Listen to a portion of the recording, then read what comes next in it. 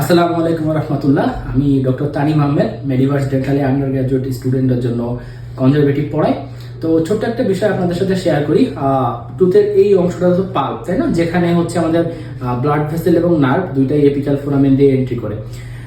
So আপনারা কি জানেন যে আমরা যখন রুট ক্যানাল ইনস্ট্রুমেন্টেশন করি, যদি পাল্পটা ভাইটাল থাকে, দ্যাট মিনস লিভিং থাকে, তাহলে কেন ব্যথা হয়? অ্যান্ড আপনারা কি এটা জানেন যখন আমরা ইলেকট্রিক পাল্প টেস্টিং করি তখন পাল্পটা আমাদেরকে কেন স্টিমুলেশন দেয়? কিংবা তো একটা টুথের নার্ভ সাপ্লাই কিভাবে আসে সেটা তো সবাই আমরা জানি যে টুথের ব্লাড ভেসেল এবং নার্ভ গুলা দুইটাই এপিক্যাল ফোরামেন দিয়ে এন্ট্রি করে। ওকে, এটা তো সবাই আমরা জানি। তো টুথের মধ্যে এটাও আমরা জানি যে সেন্সরি নার্ভ এবং অটোনমিক নার্ভ দুই ধরনের সাপ্লাই টুথে আছে। তো আমাদের সেন্সরি নার্ভগুলা কাভারিং করা থাকে মাইলিন শিট দিয়ে, এবং আদার্স যে নার্ভগুলো আছে সেগুলোকে একটা single layer of Schwann cell দিয়ে কাভারিং করা থাকে। তো এই যে নার্ভের হচ্ছে আপনার কন্ডাকশন অফ ভেলোসিটি, নার্ভের ফাংশন, এটার উপরে ডিপেন্ড করে নার্ভকে কয়েকটা ভাগে ভাগ করা হয়, যেরকম A delta nerve, C nerve.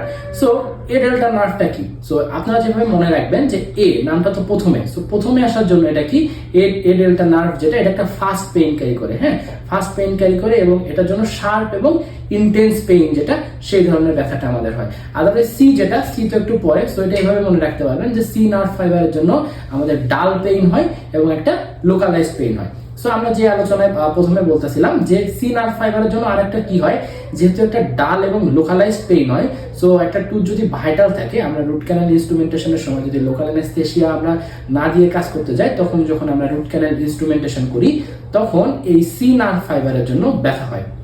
এবং এ নার্ভ ফাইবারটা একটু বড়। হ্যাঁ, এ নার্ভ ফাইবারের লেন্থও বড়। সো আমরা যখন ইলেকট্রিক পাল্প টেস্টার দিয়ে যখন আমরা একটা টুথের ভাইটালিটি টেস্ট করি, ওই সময় কি হয়, ওই সময় এই এ ডেল্টা নার্ভ ফাইবারের জন্য আমরা পজিটিভ রেজাল্ট পাই। সো এটাই ছিল দুইটার বেসিক ডিফারেন্স। এ ডেল্টা নার্ভ ফাইবার যেটা, এটা একটা লং নার্ভ এবং হচ্ছে এটা শার্প এবং ইন্টেন্স পেইন ক্যারি করে, এবং আমাদের সি নার্ভ যেটা, সি নার্ভের জন্য একটা লোকালাইজ পেইন হয়। এবং এই এ ডেল্টা এবং সি নার্ভ ফাইবারের মধ্যে আরো একটা বেসিক ডিফারেন্স আছে, সেটা হচ্ছে এ ডেল্টা নার্ভ ফাইবার যেটা, সেটার ডায়ামিটার হচ্ছে 2 থেকে 5 মাইক্রোমিটার, এবং যেটা সি সেটার ডায়ামিটার হচ্ছে 0.3 থেকে 1.2 মাইক্রোমিটার। এবং আমরা ফার্স্ট ইয়ারে ডেন্টাল অ্যানাটমিতে যেটা পড়তাম, যে হচ্ছে আপনার পেইন সেন্সিটিভিটির যে থিওরিগুলো পড়তাম, হ্যাঁ, যেরকম হচ্ছে ডিরেক্ট ইনার্ভেশন থিওরি, তারপরে হচ্ছে হাইড্রোডাইনামিক থিওরি, ওডোন্টোপ্লাস্টিক থিওরি, এটার মধ্যে আমাদের যেরকম হাইড্রোডাইনামিক থিওরিটা সব থেকে অ্যাকসেপ্টেবল ছিল।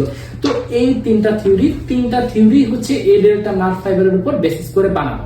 সো তাহলে এখন যদি কোশ্চেনটা এমন আসে যে সি নার্ভ ফাইবার তাহলে কেমন ধরনের সেন্সিটিভের জন্য কিংবা কোন মেকানিজমে পেইন সেন্সেশনটা ক্যারি করে, তো যখন কোথাও একটা লোকালাইজ লেশন হয়, আমরা জানি যে লোকালাইজ লেশন যদি হয়, সো পাল্পের মধ্যে এখানে পারমিবিলিটি বাড়ে, দ্যাট মিনস ওইখানের মধ্যে এবং সেলুলার এক্সুডেট হয়ে এখানে একটু প্রেশার বাড়ে। সো আলটিমেটলি এই প্রেশার বাড়ার ফলে যে পেইন সেন্সেশনটা হয়, এবং প্রেশার বাড়ার ফলে পেইন সেন্সেশনটা এভাবে ক্যারি হয়। সো এটাই ছিল দুইটার বেসিক ডিফারেন্স। আশা করা যায় বুঝতে পারছেন। আসসালামু আলাইকুম।